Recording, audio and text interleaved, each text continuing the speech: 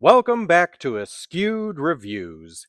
And since this week we are doing all of the variations of Haunted Mansion, today we are doing the 2021 adventure, family, comedy, horror musical Muppets Haunted Mansion. Here is your trivia question for today. What famous celebrity does Pepe run into, but in actuality is just another ghost? The answer will be at the end of this video. So our film starts off with the Muppets hosting a Halloween costume party, but the only Muppets not showing up are Gonzo and Pepe, as they are currently trying to win a contest, where if they spend the night in a haunted mansion, they could win the prize. When they first get to the mansion, they are greeted by the host, played by Will Arnett, and he begins to show them around the mansion. Of course, though, Gonzo and Pepe get separated from each other. Gonzo ends up getting lost in the twists and turns of the haunted mansion, while Pepe, on the other hand, runs into the bride, played by Taraji P. Henson, who seems to have some ulterior motives for hanging out with him. So, will Gonzo and Pepe stay the night amongst the 999 ghosts? Or will either one of them become number 1000? Kirk Thatcher is the director and one of the writers for this film. Of all the Haunted Mansion rides that appear at the Disney theme parks, the Phantom Manor in Paris is the one that most closely resembles the mansion in this film. Did you happen to notice the numerical address for the mansion? It is 924, which is a reference to Jim Henson, the creator of the Muppets, as his birthday is September 24th. This movie is actually the first Muppet production in 21 years where Gonzo is the main character. The last one was Muppets from Space in 1999. So there's a part in the film where we get to see an old wizened Gonzo, which is not only pure nightmare fuel, but also interesting. They have him confronting being old and alone, which might even resonate a bit with Dave Goelz, who is the last of the Jim Henson players that still performs with the Muppets. He is the puppeteer and voice for Gonzo. In this film, we have the newer duo of Gonzo and Pepe the Prawn. The duo originally was Gonzo and Rizzo the Rat for years. The reason for the change, by the way, is due to the fact that Rizzo the Rat was retired in 2018, which coincided with performer Steve Whitmore being fired due to some controversy with the Jim Henson Company. Whitmore was the only person who did the voice for Rizzo, so they decided to retire the character, although he does make a brief appearance non vocally in this film. Another character that suffered due to this was Bean the Bunny. He was also voiced by Whitmore. Now, originally, the biggest reason why he didn't show up in this is his actual puppet had pretty much fallen apart. But since Whitmore was not going to come back to do the voice, they decided not to spend the time and money in recreating the puppet. Now, Whitmore, of course, was also the voice of Kermit the Frog for quite some time, but since Kermit is basically the face of the Muppets, they couldn't get rid of him.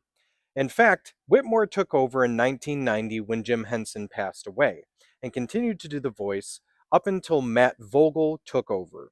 Matt, by the way, in my opinion, in this film, is kind of just okay at the Kermit voice. I feel he does better at Kermit singing. Brian Henson also makes an appearance in the film as he reprises his role as Sal Manella, a character which he actually retired back in The Muppets Wizard of Oz in 2005, but brought him back for this film. They've actually been trying to work on a Muppets Halloween special for the past 30 years. One concept was very close, but ended up being turned into a video game called Muppet Monster Adventure in 2000. Now, of course, you can't have Muppets without celebrity guests, and there are quite a few in this film. One in particular is Ed Asner. He unfortunately passed away right before this film actually came out. Kim Irvine plays the maid in this film. She's also a Disney Imagineer. What's interesting is she has a special connection to the Haunted Mansion, as she is the daughter of Leota Toombs, who is the likeness for Madame Leota in the original ride. Danny Trejo makes an appearance in this film.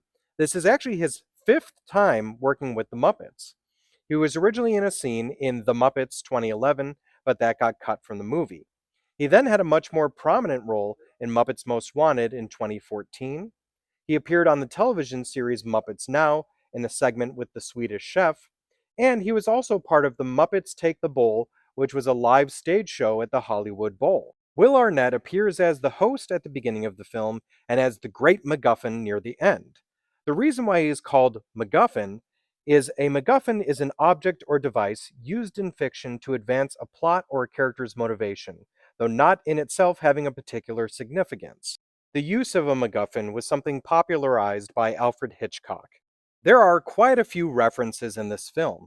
For instance, there's a ballroom scene where there's a bunch of ghosts dancing and talking, and this is actually a reference to the At the Dance sketch that would appear quite often on The Muppet Show. Robin the Frog and all of the members of the Electric Mayhem are still wearing the same costumes from the film The Muppet Christmas Carol made in 1992. There's a reference to The Shining in the movie. There's a part where Gonzo goes down a hallway and runs into two twin ghosts that ask him to come play with them.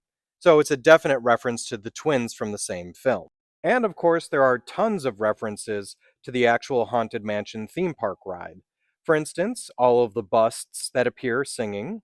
Darren Criss appears as the groundskeeper. Fozzie is, of course, the Hatbox Ghost. The three hitchhiking ghosts do make an appearance at the end of the film. Miss Piggy playing Madame Pagoda, which is definitely a reference to Madame Leota. Statler and Waldorf are even riding around in a doom buggy, which is the vehicle that you use on the ride. There's even Muppetized versions of the stretched paintings, and I'm sure there's hundreds of other things too that I didn't even bring up. So when it comes to the film Muppets Haunted Mansion, it's definitely a fun family movie to watch. I would say though, it does feel like one of the lesser Muppet projects, so unfortunately I'm going to have to give this one a 2 out of 5. Now, as for the trivia question from the beginning of the episode, what famous celebrity does Pepe run into, but in actuality is just another ghost? Pepe ends up running into John Stamos. However, in the end, he ends up finding out that it's not him, but just a creepy ghost pretending to be him. I hope you enjoyed this episode of Askewed Reviews. If there's a movie you'd like to see get a review, just mention it in the comments. And as always, like, comment, share, and subscribe.